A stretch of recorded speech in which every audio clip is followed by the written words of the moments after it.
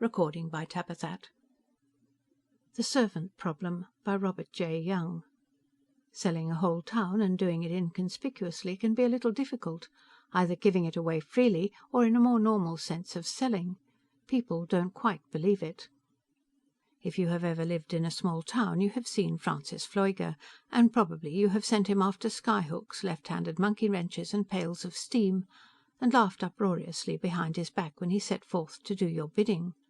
The Francis Pfleugers of the world have inspired both fun and laughter for generations out of mind. The Francis Pfleuger we are concerned with here lived in a small town named Valleyview, and in addition to suffering the distinction of being the village idiot, he also suffered the distinction of being the village inventor. These two distinctions frequently go hand in hand, and afford, in their incongruous togetherness, an even greater inspiration for fun and laughter. For in this advanced age of streamlined electric can-openers and sleek pop-up toasters, who but the most naive among us can fail to be titillated by the thought of a buck-toothed, wall-eyed moron building Rube Goldberg contrivances in his basement? The Francis Pfleuger we are concerned with did his inventing in his kitchen rather than in his basement. Nevertheless, his machines were in the Rube Goldberg tradition. Take the one he was assembling now, for example. It stood on the kitchen table, and its various attachments jutted this way and that, with no apparent rhyme or reason. In its centre there was a transparent globe that looked like an upside-down goldfish bowl, and in the centre of the bowl there was an object that startlingly resembled a goldfish, but which, of course, was nothing of the sort. Whatever it was, though, it kept growing brighter and brighter each time Francis added another attachment, and had already attained a degree of incandescence so intense that he had been forced to don cobalt-blue goggles in order to look at it. The date was the 1st of April, 1962, April Fool's Day. Actually, the idea for this particular machine had not originated in Francis' brain, nor had the parts for it originated in his kitchen workshop. When he had gone out to get the milk that morning, he had found a box on his doorstep, and in the box he had found the goldfish bowl in the attachments, plus a sheet of instructions entitled "Directions for Assembling a Multiple Möbius Knot Dynamo." Francis thought that a machine capable of tying knots would be pretty keen, and he had carried the box into the kitchen and set to work forthwith. He now had but one more part to go, and he proceeded to screw it into place. Then he stepped back to admire his handiwork. Simultaneously his handiwork went into action. The attachments began to quiver and to emit sparks, the globe glowed, and the goldfish-like object in its centre began to dart this way and that as though striking at flies. A blue halo formed above the machine and began to rotate. Faster and faster it rotated, until finally its gaseous components separated and flew off in 100 different directions. Three things happened then in swift succession. Francis' black doorway took on a bluish cast, the sheet of instructions vanished, and the machine began to melt. A moment later he heard a whining sound on his back doorstep. Simultaneously, all of the residents of Valleyview heard whining sounds on their back doorsteps. Naturally, everybody went to find out about the whining. The sign was a new one. At the most, it was no more than 6 months old. "You are entering the village of Valleyview," it said. "Please drive carefully. We are fond of our dogs." Philip Miles drove carefully. He was fond of dogs, too. Night had tiptoed in over the October countryside quite some time ago, but the village of Valleyview had not turned on so much as a single street light, nor, apparently, any other kind of light. All was in darkness, and not a soul was to be seen. Philip began to suspect that he had entered a ghost town, and when his headlights darted across a dark intersection and picked up the overgrown grass and unkempt shrubbery of the village park, he was convinced that he had. Then he saw the girl walking the dog. He kitty-cornered the intersection and pulled up alongside her. She was a blonde, tall and chic, in a grey fall suit. Her face was attractive, beautiful even, in a cold and classic way, but she would never see 25 again. But then Philip would never again see 30. When she paused, her dog paused too, although she did not have it on a leash. It was on the small side, tawny in hue, with golden-brown eyes, a slender white-tipped tail, and shaggy ears that hung down on either side of its face in a manner reminiscent of a cocker spaniel's. It wasn't a cocker spaniel, though. The ears were much too long for one thing, and the tail was much too delicate for another. It was a breed, or combination of breeds, that Philip had never seen before. He leaned across the seat and rolled down the right-hand window. "Could you direct me to number 23 Locust Street?" he asked. "It's the residence of Judith Darrow, the village attorney. Maybe you know her." The girl gave a start. "Are you the real estate man I sent for?" Philip gave a start, too. Recovering himself, he said, "Then you're Judith Darrow. I'm afraid I'm a little late." The girl's eyes flashed.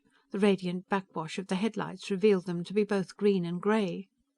"I specified in my letter that you were supposed to be here at 9 o'clock this morning," she said. "Maybe you'll tell me how you're going to appraise property in the dark." "I'm sorry," Philip said. "My car broke down on the way and I had to wait for it to be fixed. When I tried to call you, the operator told me that your phone had been disconnected. If you'll direct me to the hotel, I'll stay there overnight and appraise your property in the morning. There is a hotel, isn't there?" "There is, but it's closed. Zarathustra down." The dog had raised up on its hind legs and placed its forepaws on the door in an unsuccessful attempt to peer in the window. At the girl's command, it sank obediently down on its haunches. "Except for Zarathustra and myself," she went on, "the village is empty. Everyone else has already moved out, and we'd have moved out too if I hadn't been entrusted with arranging for the sale of the business places and the houses. It makes for a rather awkward situation."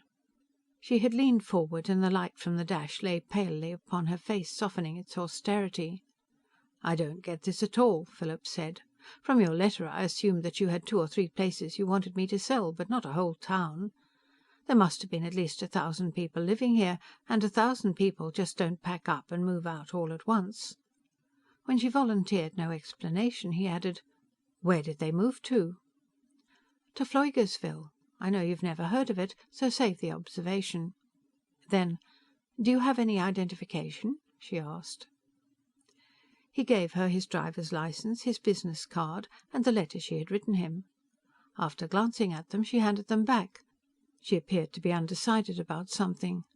"Why don't you let me stay at the hotel?" he suggested. "You must have the key if it's one of the places I'm supposed to appraise." She shook her head.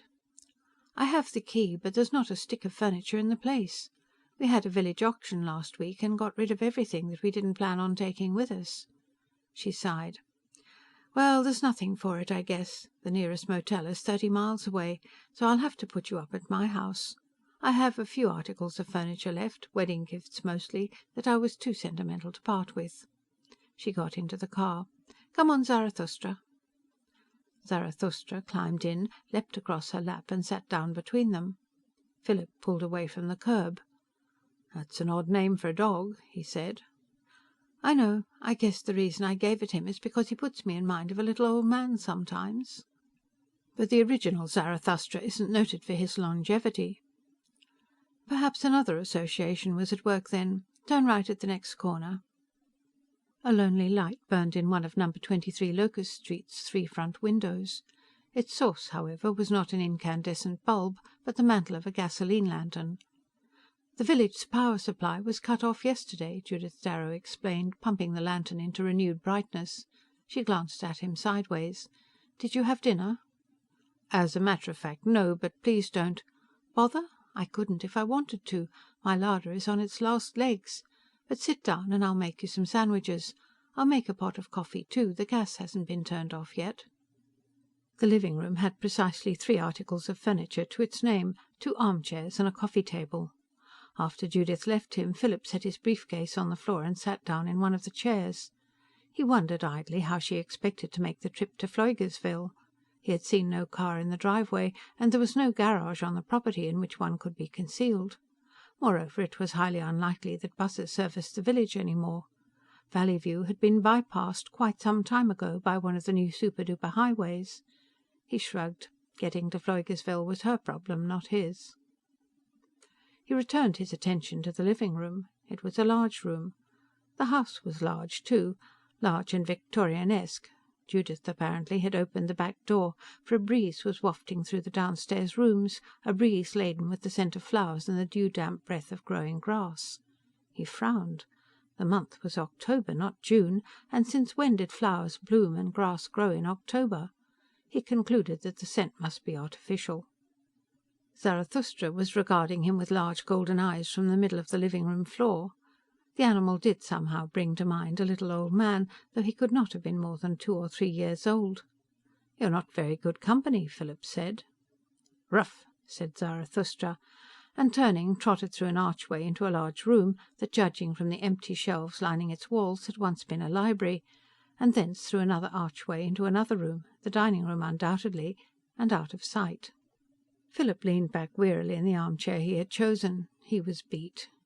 Take 6 days a week, 10 hours a day, and multiply by 52, and you get 312. 312 days a year, hunting down clients, talking, walking, driving, expounding, trying in his early 30s to build the foundation he should have begun building in his early 20s. The foundation for the family he'd suddenly realized he wanted and someday hoped to have. Sometimes he wished that ambition had missed him altogether, instead of waiting for so long to strike. Sometimes he wished he could have gone right on being what he once had been. After all, there was nothing wrong in living in cheap hotels and even cheaper rooming houses. There was nothing wrong in being a lackadaisical door-to-door salesman with run-down heels. Nothing wrong, that is, except the aching want that comes over you sometimes, and the loneliness of long and empty evenings. Zarathustra had re-entered the room and was sitting in the middle of the floor again. He'd not returned empty-handed, or rather empty-mouthed, although the object he had brought with him was not the sort of object dogs generally pick up. It was a rose. A green rose. Disbelievingly, Philip leaned forward and took it from the animal's mouth. Before he had a chance to examine it, however, footsteps sounded in the next room, and prompted by he knew not what, he thrust the rose into his suit-coat pocket. An instant later, Judith Darrow came through the archway bearing a large tray. After setting it down on the coffee table, she poured 2 cups of coffee from a little silver pot and indicated a plate of sandwiches. "Please help yourself," she said. She sat down in the other chair and sipped her coffee. He had one of the sandwiches, found that he didn't want any more. Somehow her proximity, coupled with her silence, made him feel uncomfortable. "Has your husband already left for Pfleugersville?" he asked politely. Her grey-green eyes grew cold. "Yes, he left quite some time ago," she said. "A year ago, as a matter of fact, but for parts unknown, not Pfleugersville. Pfleugersville wasn't accessible then, anyway. He had a brunette on one arm, a redhead on the other, and a pint of Cutty Sark in his hip pocket." Philip was distressed. "I didn't mean to pry," he said. "I'm—" "Sorry? Why should you be? Some men are born to settle down and raise children, and others are born to drink and philander. It's as simple as that." "Is it?" something made Philip ask. "Into which category would you say I fall?" "You're in a class by yourself." Tiny silver flecks had come into her eyes, and he realized to his astonishment that they were flecks of malevolence. "You've never married, but playing the field hasn't made you 100% cynical. You're still convinced that somewhere there is a woman worthy of your devotion, and you're quite right, the world is full of them." His face tingled as though she'd slapped it, and in a sense she had. He restrained his anger with difficulty.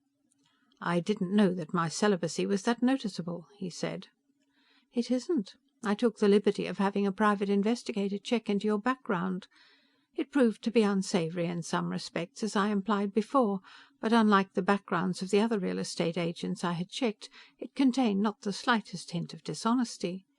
The nature of my business is such that I need someone of maximum integrity to contract it with.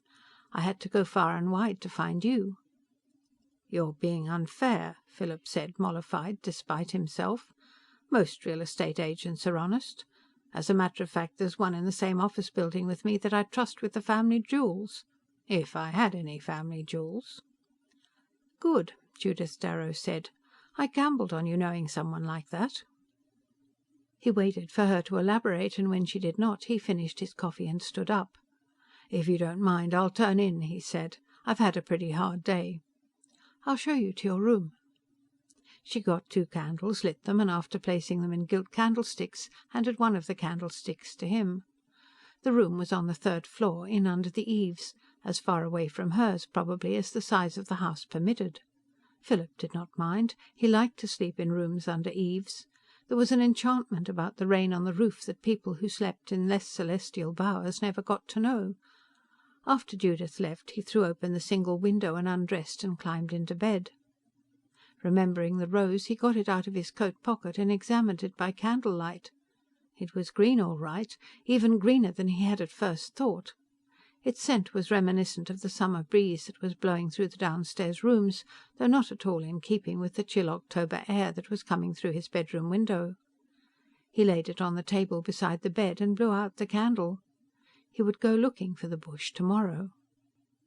Philip was an early riser, and dawn had not yet departed when, fully dressed, he left the room with the rose in his coat pocket and quietly descended the stairs. Entering the living room, he found Zarathustra curled up in one of the armchairs, and for a moment he had the eerie impression that the animal had extended one of his shaggy ears and was scratching his back with it. When Philip did a double take, however, the ear was back to normal size and reposing on its owner's tawny cheek. Rubbing the sleep out of his eyes, he said, "Come on, Zarathustra, we're going for a walk." He headed for the back door, Zarathustra at his heels. A double door leading off from the dining room barred his way and proved to be locked. Frowning, he returned to the living room. "All right," he said to Zarathustra, "we'll go out the front way then." He walked around the side of the house, his canine companion trotting beside him. The side yard turned out to be disappointing. It contained no roses, green ones or any other kind. About all it did contain that was worthy of notice was a dog-house, an ancient affair that was much too large for Zarathustra, and which probably dated from the days when Judith had owned a larger dog. The yard itself was a mess. The grass hadn't been cut all summer, the shrubbery was ragged, and dead leaves lay everywhere. A similar state of affairs existed next door, and glancing across lots he saw that the same desuetude prevailed throughout the entire neighbourhood. Obviously the good citizens of Valleyview had lost interest in their real estate long before they'd moved out. At length his explorations led him to the back door. If there were green roses anywhere, the trellis that adorned the small back porch was the logical place for them to be. He found nothing but bedraggled Virginia creeper and more dead leaves. He tried the back door, and finding it locked, circled the rest of the way around the house. Judith was waiting for him on the front porch. "How nice of you to walk, Zarathustra," she said icily. "I do hope you found the yard in order." The yellow dress she was wearing did not match the tone of her voice, and the frilly blue apron tied around her waist belied the frostiness of her grey-green eyes. Nevertheless, her rancour was real. "Sorry," he said. "I didn't know your backyard was out of bounds." Then, "If you'll give me a list of the places you want evaluated, I'll get started right away." "I'll take you around again personally, after we have breakfast." Again he was consigned to the living room while she performed the necessary culinary operations, and again she served him by tray. Clearly she did not want him in the kitchen or anywhere near it. He was not much of a one for mysteries, but this one was intriguing him more and more by the minute. Breakfast over, she told him to wait on the front porch while she did the dishes, and instructed Zarathustra to keep him company. She had two voices. The one she used in addressing Zarathustra contained overtones of summer, and the one she used in addressing Philip contained overtones of fall. "Some day," Philip told the little dog, "that chip she carries on her shoulder is going to fall off of its own accord, and by then it'll be too late. The way it was too late for me when I found out that the person I'd been running away from all my life was myself in wolf's clothing." "Rough," said Zarathustra, looking up at him with benign golden eyes. "Rough, rough." Presently Judith reappeared, sans apron, and the three of them set forth into the golden October day. It was Philip's first experience in evaluating an entire village, but he had a knack for estimating the worth of property, and by the time noon came around he had the job half done. "If you people had made even half an effort to keep your places up," he told Judith over cold-cut sandwiches and coffee in her living room, "we could have asked for a third again as much. Why in the world did you let everything go to pot just because you were moving someplace else?" She shrugged. "It's hard to get anyone to do housework these days, not to mention gardening. Besides, in addition to the servant problem, there's another consideration: human nature. When you've lived in a shack all your life and you suddenly acquire a palace, you cease caring very much what the shack looks like." "Shack?" Philip was indignant. "Why, this house is lovely. Practically every house you've shown me is lovely." "Old, yes, but oldness is an essential part of the loveliness of houses. If Pfleugersville's on the order of most housing developments I've seen, you and your neighbors are going to be good and sorry one of these fine days." "But Pfleugersville isn't on the order of most housing developments you've seen. In fact, it's not a housing development at all, but let's not go into that. Anyway, we're concerned with Valley View, not Pfleugersville." "Very well," Philip said. "This afternoon should wind things up so far as the appraising goes." That evening, after a coffeeless supper both the gas and the water had been turned off that afternoon he totalled up his figures. They made quite a respectable sum. He looked across the coffee table, which he had commandeered as a desk, to where Judith, with the dubious help of Zarathustra, was sorting out a pile of manila envelopes which he had placed in the middle of the living room floor. "I'll do my best to sell everything," he said, "but it's going to be difficult going until we get a few families living here. People are reluctant about moving into empty neighborhoods, and businessmen aren't keen about opening up business places before the customers are available.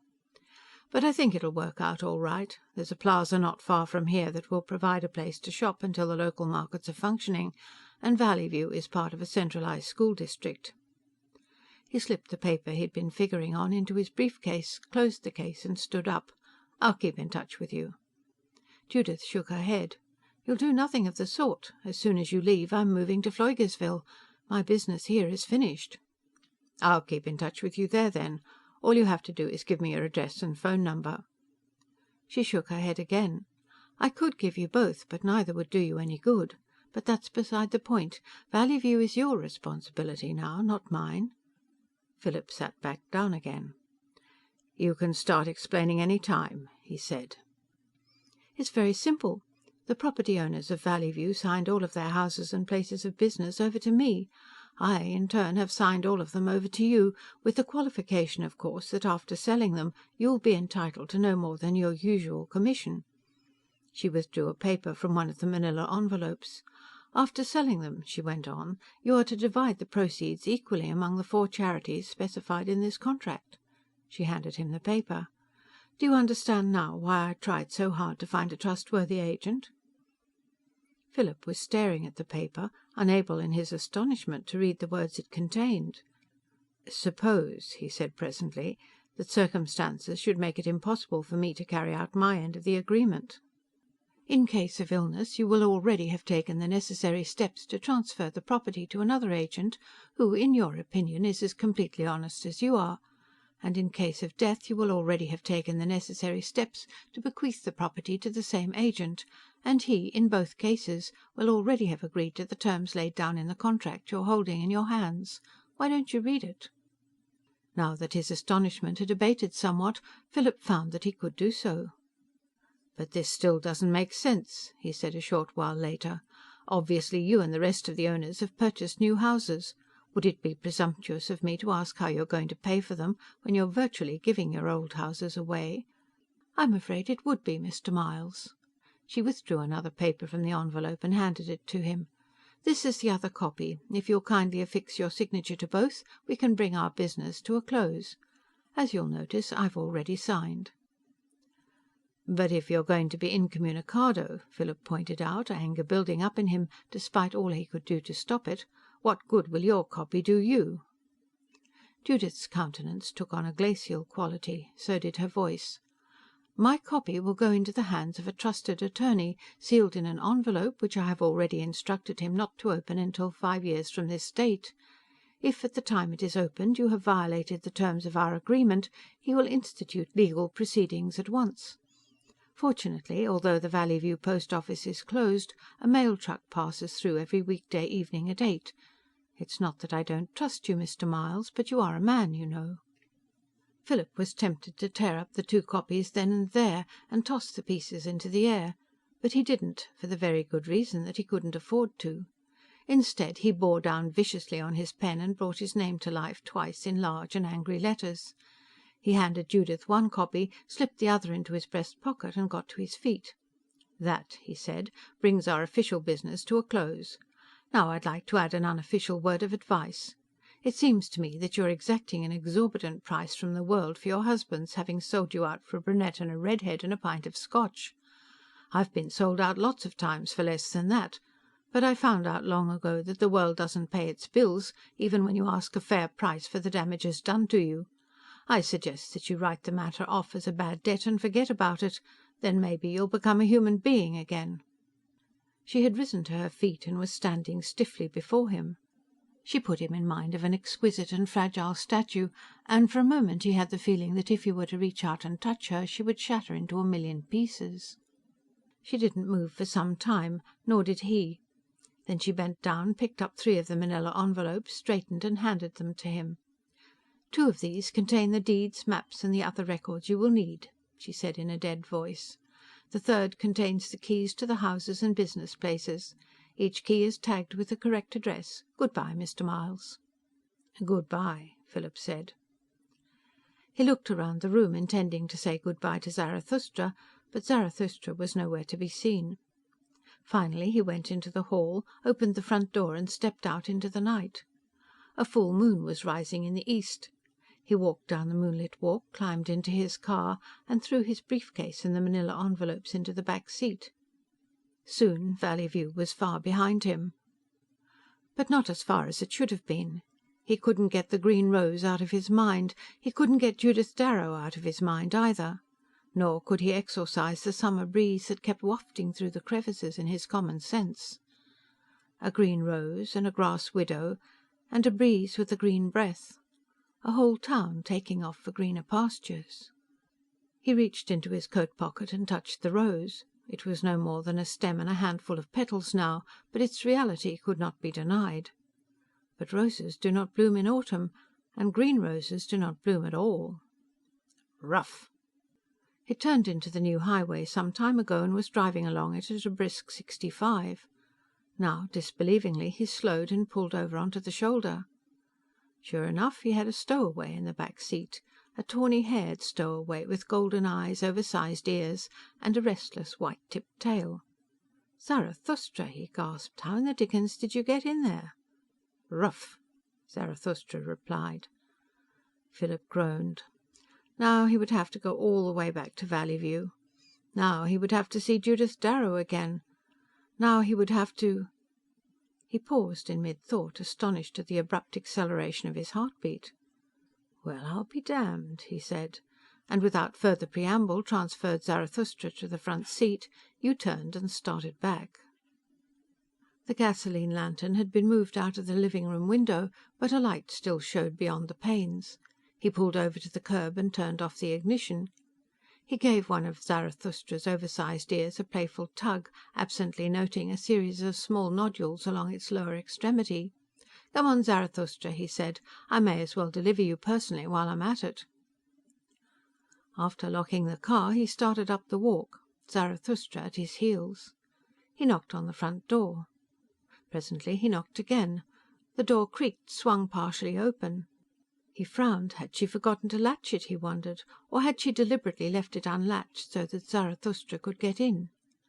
Zarathustra himself lent plausibility to the latter conjecture by rising up on his hind legs and pushing the door the rest of the way open with his forepaws, after which he trotted into the hall and disappeared. Philip pounded on the panels. "Miss Darrow!" he called. "Judith!" No answer. He called again. Still no answer. A summer breeze came traipsing out of the house and engulfed him in the scent of roses. What kind of roses, he wondered. Green ones? He stepped into the hall and closed the door behind him. He made his way into the living room. The 2 chairs were gone, and so was the coffee table. He walked through the living room and into the library, through the library and into the dining room.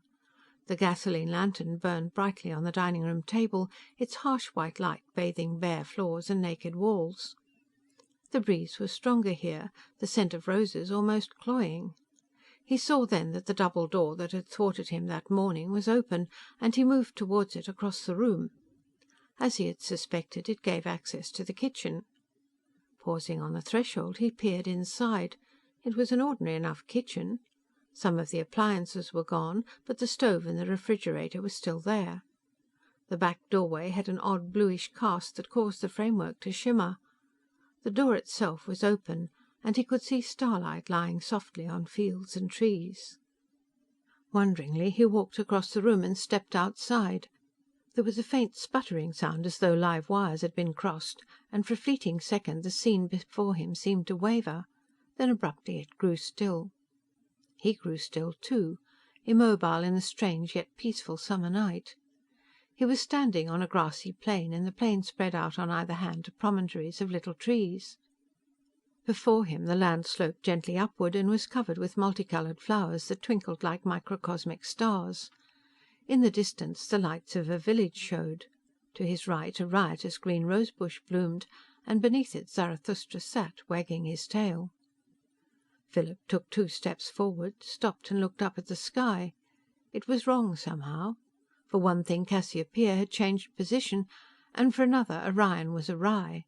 For still another there were no clouds for the moon to hide behind, and yet the moon had disappeared. Zarathustra trotted over to where he was standing, gazed up at him with golden eyes, then headed in the direction of the lights. Philip took a deep breath and followed him. He would have visited the village anyway, Zarathustra or no Zarathustra. Was it Pfleugersville? He knew suddenly that it was. He had not gone far before he saw a highway. A pair of headlights appeared suddenly in the direction of the village and resolved rapidly into a moving van. To his consternation, the van turned off the thoroughfare and headed in his direction. He ducked into a coppice, Zarathustra at his heels, and watched the heavy vehicle bounce by. There were 2 men in the cab, and painted on the panelling of the truck bed were the words Pfleugersville Movers Incorporated. The van continued on in the direction from which he had come, and presently he guessed its destination. Judith, clearly, was in the midst of moving out the furniture she had been too sentimental to sell. The only trouble was, her house had disappeared. So had the village of Valleyview. He stared at where the houses should have been, saw nothing at first except a continuation of the starlit plain. Then he noticed an upright rectangle of pale light hovering just above the ground, and presently he identified it as Judith's back doorway. He could see through it into the kitchen, and by straining his eyes he could even see the stove and the refrigerator. Gradually he made out other upright rectangles hovering just above the ground, some of them in a line with Judith's. All of them, however, while outlined in the same shimmering blue that outlined hers, lacked lighted interiors. As he stood there staring, the van came to a halt, turned around and backed up to the brightest rectangle, hiding it from view. The 2 men got out of the cab and walked around to the rear of the truck bed. "We'll put the stove in first," Philip heard one of them say, and then, "Wonder why she wants to hang on to junk like this." The other man's voice was fainter, but his words were unmistakable enough. "Grass widows who turn into old maids have funny notions sometimes." Judith Darrow wasn't really moving out of Valleyview after all. She only thought she was. Philip went on. The breeze was all around him. It blew through his hair, kissed his cheeks and caressed his forehead. The stars shone palely down. Some of the land was under cultivation, and he could see green things growing in the starlight, and the breeze carried their green breath to his nostrils. He reached the highway and began walking along it. He saw no further signs of vehicles until he came opposite a large brick building with bright lights spilling through its windows. In front of it were parked a dozen automobiles, of a make that he was unfamiliar with. He heard the whir of machinery and the pounding of hammers, and he went over and peered through one of the windows. The building proved to be a furniture factory. Most of the work was being done by machines, but there were enough tasks left over to keep the owners of the parked cars busily occupied. The main manual task was upholstering. The machines cut and sewed and trimmed and planed and doweled and assembled, but apparently none of them was up to the fine art of spitting tacks. Philip returned to the highway and went on. He came to other buildings and peered into each. One was a small automobile assembly plant, another was a dairy, a third was a long greenhouse. In the first 2, the preponderance of the work was being performed by machines. In the third, however, machines were conspicuously absent. Clearly it was one thing to build a machine with a superhuman work potential, but quite another to build one with a green thumb. He passed a pasture and saw animals that looked like cows sleeping in the starlight. He passed a field of newly sprouted corn. He passed a power plant and heard the whine of a generator. Finally he came to the outskirts of Pfleugersville. There was a big illuminated sign by the side of the road. It stopped him in his tracks, and he stood there staring at its embossed letters. Pfleugersville, Sirius 21, Discovered April the 1st, 1962. Incorporated September the 11th, 1962. Philip wiped his forehead. Zarathustra had trotted on ahead. Now he stopped and looked back. "Come on," he seemed to say. "Now that you've seen this much, you might as well see the rest." So Philip entered Pfleugersville and fell in love. Fell in love with the lovely houses and the darling trees in summer bloom, with the parterres of twinkling starflowers and the expanses of verdant lawns, with the trellised green roses that tapestried every porch, with the hydrangea-like blooms that garnished every corner, with Pfleugersville itself. Obviously the hour was late, for, other than himself, there was no one on the streets, although lights burned in the windows of some of the houses, and dogs of the same breed and size as Zarathustra occasionally trotted by. And yet, according to his watch, the time was 10:51. Maybe, though, Pfleugersville was on a different time. Maybe here in Pfleugersville it was the middle of the night. The further he progressed into the village, the more enchanted he became. He simply couldn't get over the houses. The difference between them and the houses he was familiar with was subtle, but it was there. It was the difference that exists between good and not quite good taste. Here were no standardized patios, but little marble aprons that were as much a part of the overall architecture as a glen is a part of a woods. Here were no stereotyped picture windows, but walls that blended imperceptibly into pleasing patterns of transparency. Here were no four-square backyards, but rambling, star-flowered playgrounds with swings and seesaws and shaded swimming holes, with exquisite dog-houses good enough for little girls' dolls to live in. He passed a school that seemed to grow out of the very ground it stood on. He passed a library that had been built around a huge tree, the branches of which had intertwined their foliage into a living roof. He passed a block-long supermarket built of tinted glass. Finally he came to the park. He gasped then, gasped at the delicate trees and the little blue-eyed lakes, at the fairy fountains and the winding, pebbled paths. Starflowers shed their multicoloured radiance everywhere, and starlight poured prodigally down from the sky. He chose a path at random and walked along it in the twofold radiance until he came to the cynosure. The cynosure was a statue of a buck-toothed, wall-eyed youth gazing steadfastly up into the heavens. In one hand the youth held a Phillips screwdriver, and in the other a 6-inch crescent wrench. Standing several yards away and staring raptly up into the statue's face was the youth himself, and so immobile was he that if it hadn't been for the pedestal on which the statue rested, Philip would have been unable to distinguish one from the other.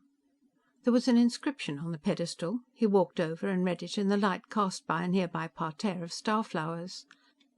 Francis Farnsworth Pfleuger, discoverer of Pfleugersville, born May the 5th, 1941, died blank. Profession inventor.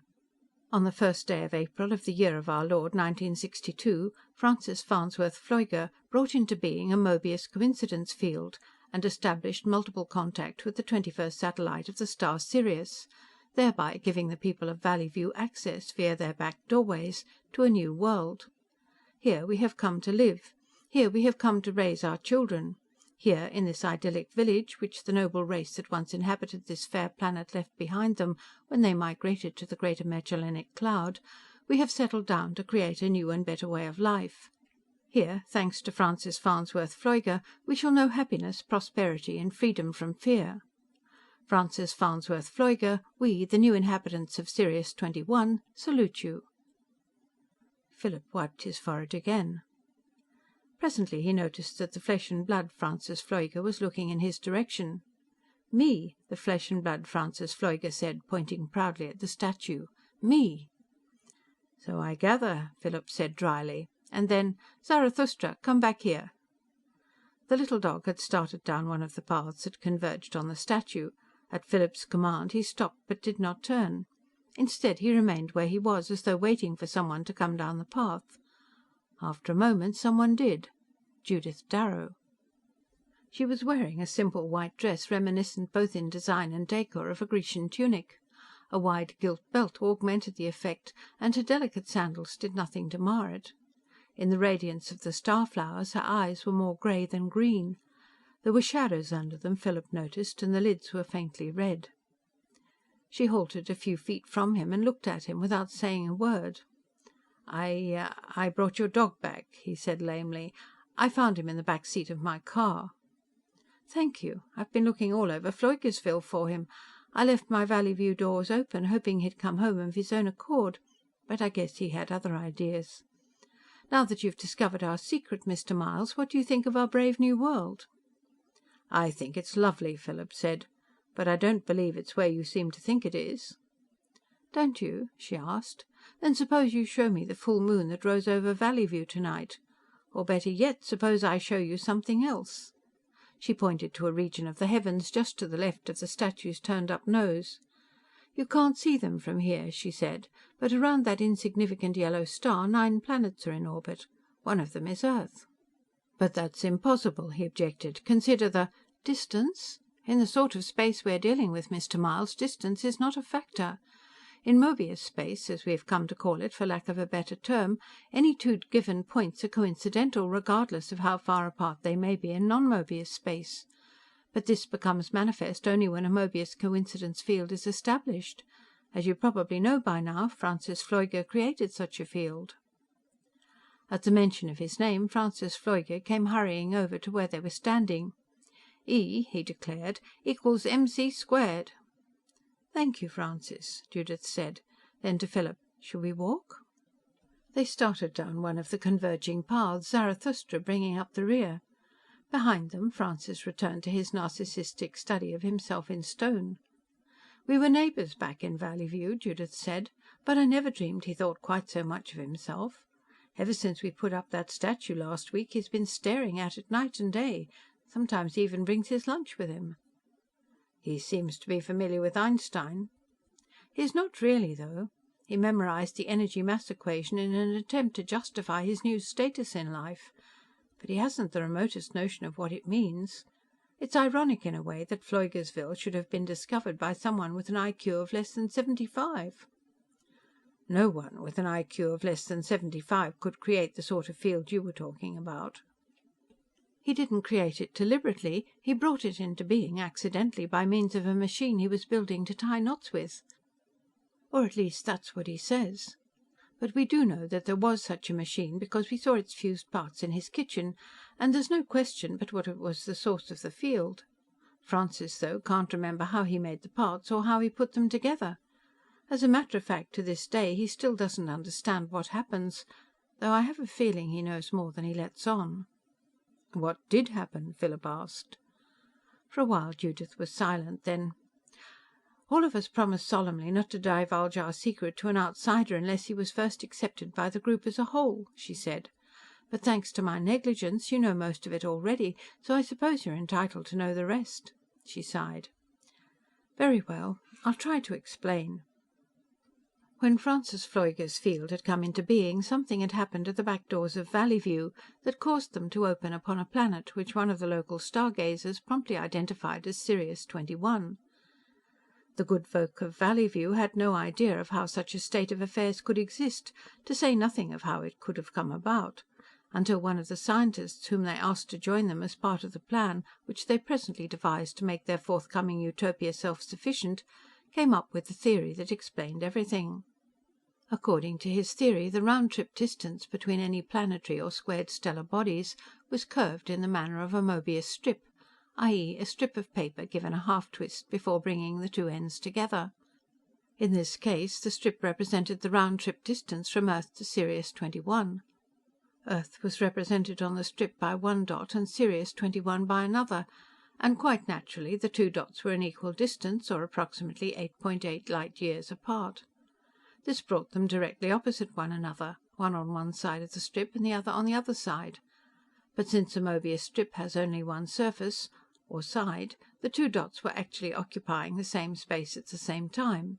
In Möbius space, then, Earth and Sirius 21 were coincidental. Philip looked over his shoulder at the little yellow sun twinkling in the sky. "Common sense," he said, "tells me differently." "Common sense is a liar of the first magnitude," Judith said. "It has misled man ever since he first climbed down from the trees. It was common sense that inspired Ptolemy's theory of cosmogony. It was common sense that inspired the burning of Giordano Bruno." The fact that common sense indicated that 8.8 light years separated Earth and Sirius 21 in common sense reality didn't prove that 8.8 light years separated them in a form of reality that was outside common sense's dominion, i.e., Möbius space. And Francis Pfleuger's field had demonstrated as much. The backdoor nodal areas, which it had established, however, were merely limited manifestations of that reality. In other words, the field had merely provided limited access to a form of space that had been in existence all along. Though why, Judith concluded, our back doors should have been affected rather than our front doors, for example, is inexplicable, unless it was because Francis built the machine in his kitchen. At any event, when they did become nodal areas, they manifested themselves on Sirius 21, and the dogs in the immediate vicinity associated them with the doorways of their departed masters and began whining to be let in. Their departed masters? The race that built this village. The race that built the factories and developed the encompassing farms. A year ago, according to the records they left behind them, they migrated to the Greater Magellanic Cloud. Philip was indignant. Why didn't they take their dogs with them? They couldn't.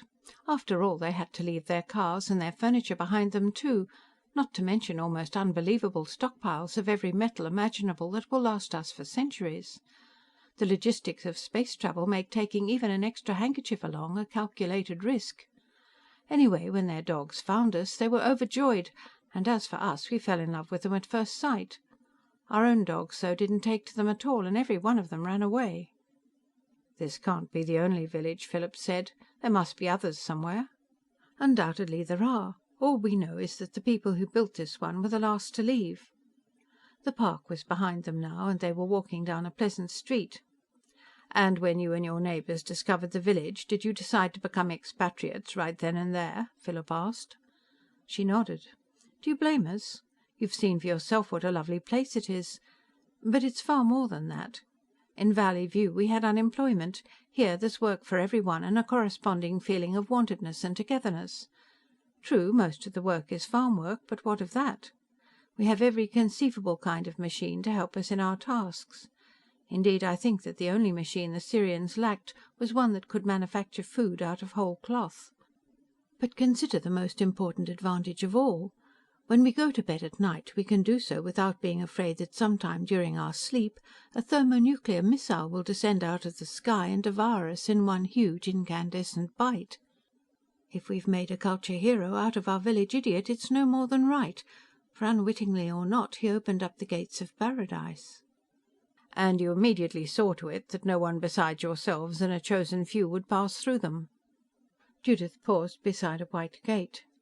Yes, that's true, she said. To keep our secret, we lived in our old houses while we were settling our affairs, closing down our few industries and setting up a new monetary system. In fact, we even kept the children in the dark for fear that they would talk at school. Suppose, however, we had publicized our utopia.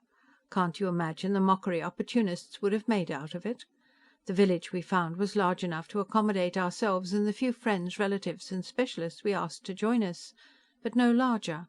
And we did, after all, find it in our own backyard. She placed her hand on the white gate. This is where I live. He looked at the house, and it was enchanting. Slightly less enchanting, but delightful in its own right, was the much smaller house beside it. Judith pointed toward the latter dwelling and looked at Zarathustra. It's almost morning, Zarathustra, she said sternly. Go to bed this minute. She opened the gate so that the little dog could pass through, and raised her eyes to Philip. Our time is different here, she explained, and then, I'm afraid you'll have to hurry if you expect to make it to my back door before the field dies out. He felt suddenly empty. Dies out, he repeated numbly. Yes, we don't know why. It's been diminishing in strength ever since it first came into being, and our Möbius strip scientist has predicted that it will cease to exist during the next 24 hours. I guess I don't need to remind you that you have important business on Earth. No, he said, I guess you don't. His emptiness bowed out before a wave of bitterness. He had rested his hand on the gate as close to hers as he had dared. Now he saw that while it was inches away from hers in one sense, it was light years away in another. He removed it angrily. Business always comes first with you, doesn't it? Yes, business never lets you down. Do you know what I think? Philip said. I think that you were the one who did the selling out, not your husband. I think you sold him out for a law practice." Her face turned white, as though he had slapped it, and in a sense he had. "Good bye," she said, and this time he was certain that if he were to reach out and touch her, she would shatter into a million pieces. "Give my love to the planet Earth," she added icily. "Good bye," Philip said, his anger gone now, and the emptiness rushing back.